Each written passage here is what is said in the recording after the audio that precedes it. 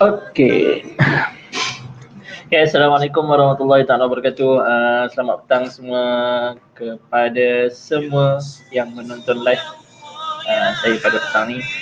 Okey, hari ni 2 hari bulan 9. Okey. Alhamdulillah kita baru lepas menyambut kemerdekaan yang ke-63. Selamat menyambut hari kemerdekaan kepada semua rakyat Malaysia yang menyambut kemerdekaan 2 hari yang lepas. Okey, alhamdulillah petang ni saya nak buat sharing sikit berkenaan dengan Raudah. Raudah. Okey, Raudah ni kepada yang pernah pergi, Raudah ni terletaknya di mana? Siapa boleh jawab? Boleh komen dekat live saya. Jah Siti Hanab Ahim. Waalaikumsalam warahmatullahi dari Bersaut. Apa khabar Jah? Okey, terima kasih tonton live saya pada petang ni. Okey, petang ni kita nak ubati sikit kerinduan kita dengan apa? Dengan Madinatul Munawwarah. InsyaAllah petang ni kita buat sharing sikit berkenaan dengan sejarah yang ada di Madinah, terutamanya yang ada di Masjid Nabawi. Okey, kita share berkenaan dengan Raudah. Okey, okey, alhamdulillah, insya-Allah kita di Tiran Travel masih lagi menerima pendaftaran. Ini berkenaan dengan pendaftaran umrah. Kita menerima pendaftaran umrah. Kepada yang nak mendaftar pakej umrah ataupun pelancongan, boleh datang ke pejabat untuk buat pendaftaran ataupun nak tanya-tanya saja pun boleh. Okey, kita share berkenaan dengan Raudah. Okey, ada 6 tiang di Raudah. Okey, Raudah. Raudah ni kalau kita yang mana tahu berkenaan dengan Raudah, Raudah adalah salah satu tempat mustajab. Mustajab kita berdoa bagi seluruh umat Islam yang pernah hadir ke Madinatul Munawwarah pastinya akan merindui tempat ni. Ini adalah tempat yang paling penting ketika kita berada di Madinatul Munawwarah. Yang mana pernah pergi Madinah, yang pernah masuk Masjid Nabawi mesti tahu apa itu Raudah. Tapi tak ramai yang tahu apa yang ada di dalam Raudah. Apa sejarah yang ada di dalam Raudah ni. Okey, hari ni saya share sikit. Okey. Ini adalah sejarah yang ada di Raudah, iaitu kalau yang pernah masuk Raudah, kita akan dapat lihat ada 6 tiang yang ada sejarah yang tersendiri di dalam Raudah. Okey, kita pergi slide yang seterusnya. Okey, Rasulullah sallallahu alaihi wasallam pernah bersabda, "Ma baina baiti wa minbari raudatun min riyadil jannah." Di antara rumahku dan mimbarku terdapat taman, di antara taman-taman syurga. Jadi Rasulullah dah bagi tahu dah, Raudah ni ibaratnya taman-taman syurga. Nak kata Raudah ni salah satu tempat yang paling istimewa yang ada di Madinatul Munawwarah. Di antara mimbar di antara rumah dan mimbar Masjid Nabawi itu adalah salah satu daripada taman-taman syurga. Okey. Okey, kita nak cerita tentang tiang yang ada di Raudah. Okey, kalau tuan-tuan dapat lihat sekarang ni, tiang yang ada, yang tuan-tuan dapat tengok dekat skrin saya sekarang ni, tiang ni namakan tiang sarir. Tiang sarir. Tiang ni berdekatan bersebelahan dengan makam Rasulullah sallallahu alaihi wasallam. Kalau yang pernah masuk Raudah, dia adalah bersambung, dia bersambung dengan dinding yang menutup bahagian makam Rasulullah sallallahu alaihi wasallam. Okey, tiang ini adalah tiang di mana satu masa dahulu ialah tiang tempat Nabi Muhammad sallallahu alaihi wasallam berehat, dan di sini dahulu adanya pangkin di mana Sayyidatina Aisyah radhiyallahu anha menyikat ataupun menyisir rambut Nabi sallallahu alaihi wasallam. Di sinilah Rasulullah berehat-rehat. Okey.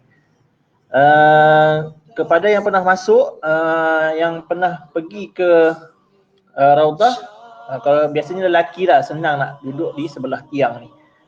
Okey, kita pergi ke next tiang yang seterusnya. Sebelah tiang sari tadi adalah tiang, okey, jadi sebelah tiang sari tadi adalah tiang Ali ataupun dipanggil sebagai tiang pengawal. Tiang pengawal. Tiang ni dahulunya adalah tiang yang digunakan oleh pengawal sebagai tempat untuk mengawal rumah Rasulullah sallallahu alaihi wasallam. Di mana ketua pengawalnya adalah yang diketuai oleh Sayyidina Ali. Okey, kita pergi ke next pula. Okey, di sebelah tiang Ali tu terletaknya tiang wufud ataupun tiang dikenali sebagai tiang delegasi. Tiang delegasi yang mana satu masa dahulu tiang ini digunakan ataupun tempat kedudukan tiang tu digunakan oleh Rasulullah sallallahu alaihi wasallam untuk berjumpa dengan para pemimpin dari delegasi luar yang datang ke Madinah untuk berjumpa dengan baginda Rasulullah sallallahu alaihi wasallam. Di sinilah mereka membincangkan pelbagai perkara berkenaan dengan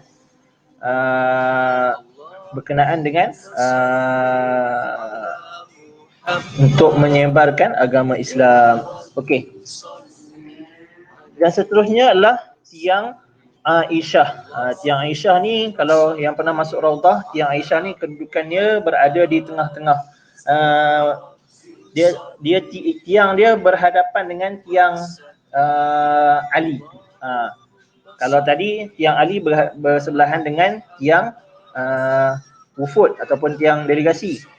Tiang Aisyah ni berhadapan dengan tiang Ali. Dia boleh katakan selang satu tiang, dengan mimbar. Okey, tiang Aisyah. Apa yang ada di tiang Aisyah ni? Tiang Aisyah ni adalah tiang yang sangat istimewa, di mana di tiang inilah Nabi Muhammad SAW selalu mengerjakan solat tahajud dan solat taubat setiap malam. Okey, tiang ini juga turut disukai oleh Sayyidina Abu Bakar dan Sayyidina Umar. Kalau kita masuk ke dalam Raudah, cubalah bersolat di tepi ataupun di belakang tiang. Doa sebanyak mana pun kita nak berdoa, mohonlah doa kepada Allah Subhanahu Wa Taala. Okey, kita pergi ke tiang yang seterusnya, tiang Abu Lubabah ataupun dikenali sebagai tiang taubat. Tiang taubat ni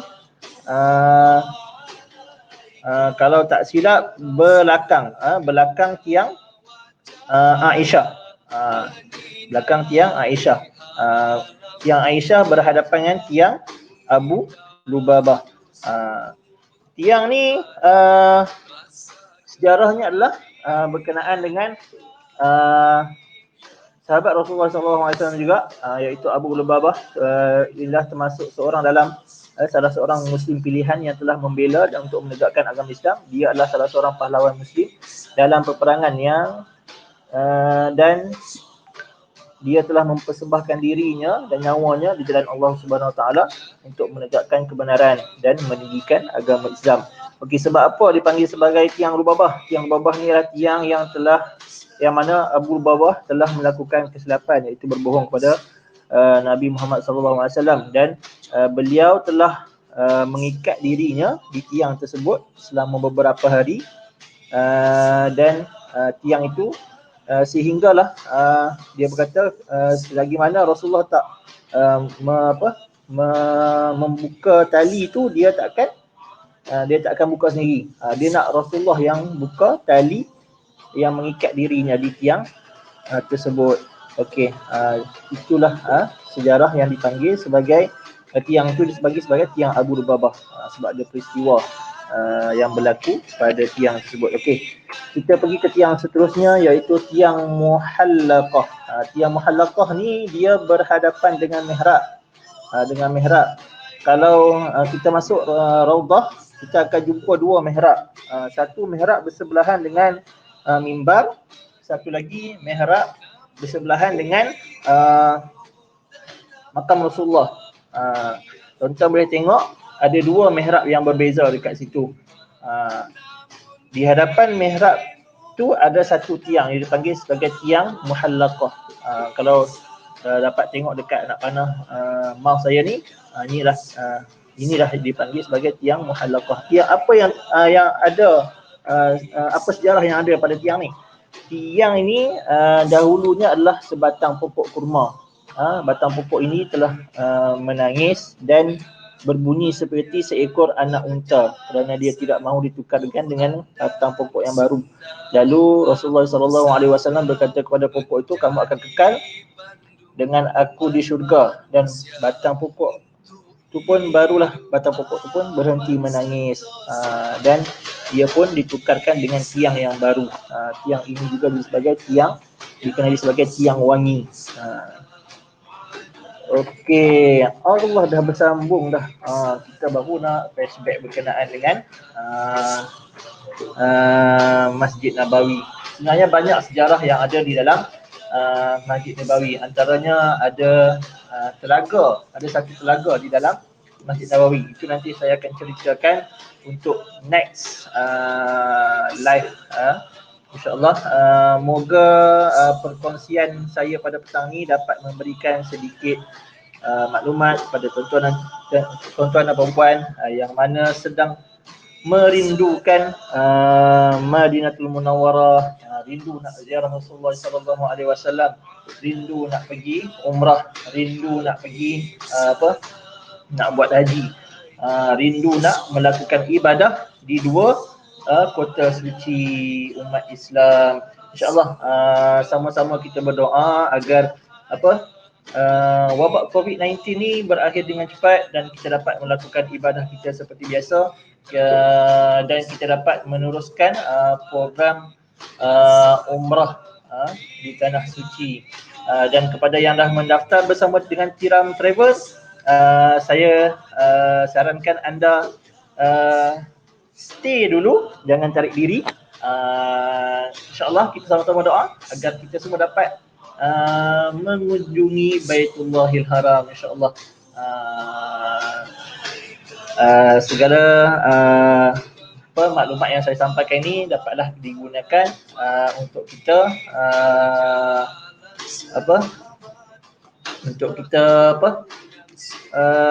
singkap balik, kita flashback balik apa yang ada di dua kota suci, iaitu Makkahul Mukarramah dan Madinatul Munawwarah. Okay, insyaAllah kita jumpa lagi untuk live akan datang. Sekiranya ada salah dan silap, mohon kemaafan dan mohon teguran daripada yang menonton live saya pada petang ni. Kita jumpa lagi di lain masa dan ketika. Sekian daripada saya, Muhammad Farizul daripada Tiram Travel Cawangan Teluk Intan. Assalamualaikum warahmatullahi taala wabarakatuh.